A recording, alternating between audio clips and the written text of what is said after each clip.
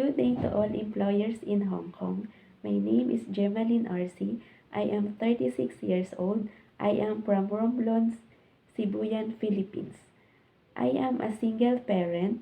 I have one daughter, age 14 years old. My highest educational attainment is 2 years hotel and restaurant management vocational college graduate. My hobbies are cooking and baking, and I am also a pet lover. I have 5 American Bullies dogs and 2 cats. My experience are taking care of a newborn and a child care.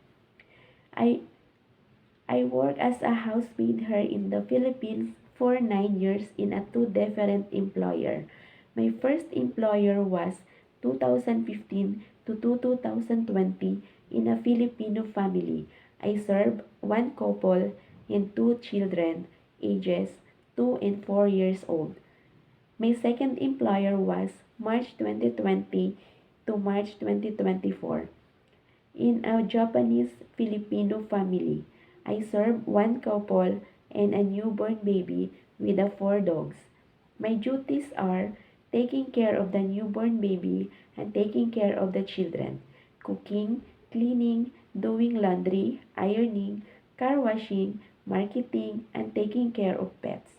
I want to work in Hong Kong because I want to earn and save money for my family and for my daughter's education. I am willing to take good care of the children and a newborn baby.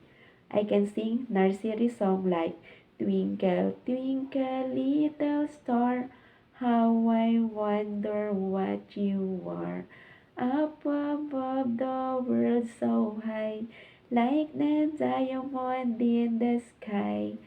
To my future employer, ma'am and sir, please choose me as your housemaid because I am honest, patient, obedient, independent, and a hardworking person. I promise to be a good housemaid and I promise to prioritize my job and finish my 2 years contract or more. Thank you very much, ma'am and sir, and I'm looking forward to work with you as soon as possible. God bless.